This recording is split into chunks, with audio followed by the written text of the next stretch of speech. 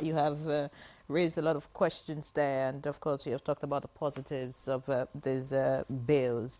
Let's come back here in the studio and speak with Honorable Francis Uwaive, who is the chairman House Committee on Rules and Business, and of course is part of the public hearing currently going on. I mean, it was debated at the House of Representatives.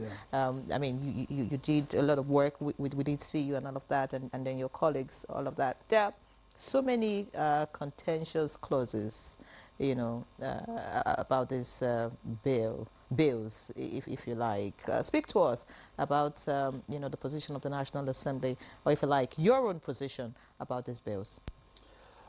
First, I would say that there are not many contentious the VAT clauses. The VAT is a contentious clause. I'll give you the revenue derivation formula is another one. No, the discretionary powers of the president. Yes. Clause 75 is also another one. Yeah, if you look at the total number of clauses in the bills, there are 4 of them, and then you do a ratio analysis with the ones they are talking about. You know that it's just a few clauses, because we are talking of hundreds of clauses this time, but just maybe 4 or 5 that is raising the whole of this dust. But thankfully, they are being addressed. And at the public hearing, memoranda will be accepted from members of the public, rural and in writing, in these areas like the VAT, the presidential powers, you talked about the discretionary and all of that. The CIT. Yeah, all of that will be addressed. It's expected that the position of the governors, for instance, will be presented during the public hearing, and all that will be looked into. There's already a national consensus, as it were, on the VAT, and once that is presented, I think the necessary amendments will be made, and we're going to run with the VAT reform bills. The VAT reform bills, everyone has come to a conclusion that they are very necessary, and they are well written, and they are written for the good of our country. Those areas where we disagree, thankfully, those who penned those areas, Taiwan and Co., they've come to the point where they are reasoning with everybody. Zach, all of them, everybody believes, let's move this country forward. We can't run on archaic laws. And even on the floor, when it was debated in the House of Representatives, my colleagues who have their own opinions on some of these areas did mention those areas. So they will be taken care of. There are not that many. It's just that in these kind of things, those who are loudest appear to be many. But the noise about those few areas doesn't mean that the entire thing or most of it is controversial. No, it's just a few areas, and those areas are being addressed. And I believe by the time, for instance, there was a motion to consolidate the 4 bills before we began debate. So by the time it comes out, it will be one single document. Nigerian tax reform law, for instance, when the president would have signed. So it's something that is good for our country. Multiple taxation will be a thing of the past. The poor of the poor will no longer have to pay tax. And the distribution mechanism has been reworked by leadership, such that by the time this bill is passed, there will be little or no complaints. No law is perfect. Wherever there are complaints after passage, there's always room for amendments. So I think that the country is on the right trajectory on these tax bills. If it wasn't there, we would be going back the dark ages. But we thank God that we have a visionary president whose idea this is.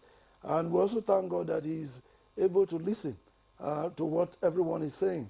And even in the House, I appreciate the way Mr. Speaker handled it. There was state-by-state caucus meetings that he attended to ask their opinion. Then there were regional caucus meetings. There were zonal caucus meetings.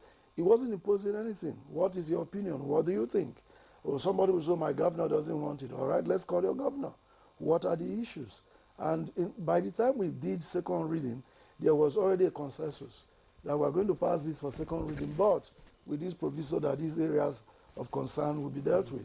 And we passed it, and now public hearing is beginning this week, and you can be sure that justice will be done, and the Nigerian economy will be better for it. Would you say, I'm a bit worried. Of course, you've also, I've heard that before, but you've also alluded to the fact that, well, it's, let's just let this go. We'll do the main talking when it is time for public hearing. In time past, you've seen the House of Representatives not particularly dealing very well with issues that are contentious. It often degenerates, it snowballs into something bigger than the way we are talking about it now. So are we expecting a seamless hearing, knowing that, anyway, you will still have to come to the House to do the final passage? Are we expecting a seamless public hearing process and perhaps final passage of this bill? Sure, because the period of the debate of the second reading, that is where emotions usually, rise. When people are speaking for and against the bill, when people are looking at the merits and the merit of any bill, that's when emotions rise. And Mr. Speaker, the Right Honorable Tajudeen Abbas, he has handled this very differently. He could have, just thrown the bill there and put the question, and whether the ayes or nays have it ruled the way he wants to rule, and then some people walk out. But this leadership is very different. The first thing he did was to ensure that rules on business, that we made copies available for every member of parliament, 360. So you had electronic copies, you had printed copies. And by the time he invited Zach and Taiwo to come and give us further talk on this, he printed copies again for everybody. He mandated my committee to do that. So it's been engaging. And you'll find the way the second reading went. Now, the public hearing, they're going to listen to everybody who has something to say, and their thoughts will be taken into consideration. By the time the Committee of Finance, who is handling this, bring back their report, it will be laid, my committee will now list for presentation. It will now come to Committee of the Whole to discuss it, clause by clause. At that time, we are no longer looking at merits and demerits. At that stage, they would have incorporated all of these things we are talking about. So what members will be watching out for instance, is when we get to the VAT area, what is now coming as the report. How is it couched? Is it still the original thing, or what came out through the public hearing, has it been properly incorporated? Now, when we get to that stage, it's clause by clause. That's a clause is something that will become, when it becomes an act, that's a section. But this time, not yet an act, is a clause. So at this stage, you now read a clause and ask members to respond. So if they are okay, the show is carried, it's okay. But if they are not okay, somebody will say objection. That clause, it ought to be this percentage. Why is it that? This is what we want. So it's going to be a mild, clause by clause is usually a milder thing, rather than a debate that is heated. I think we have passed the stage of heat. Where we are now, the thing will sail through peacefully and smoothly in the House of Representatives. I can tell you that. All right. If you say that we've passed the stage of heat, Honorable Waive, trying to follow the public hearings, you hear different groups, with their own opinion about, whatever concerns them. For example, Nasima has come out to talk about the tax on the free trade zones. Different groups are talking about VAT. The other groups are talking about, some states are talking about the revenue derivation formula.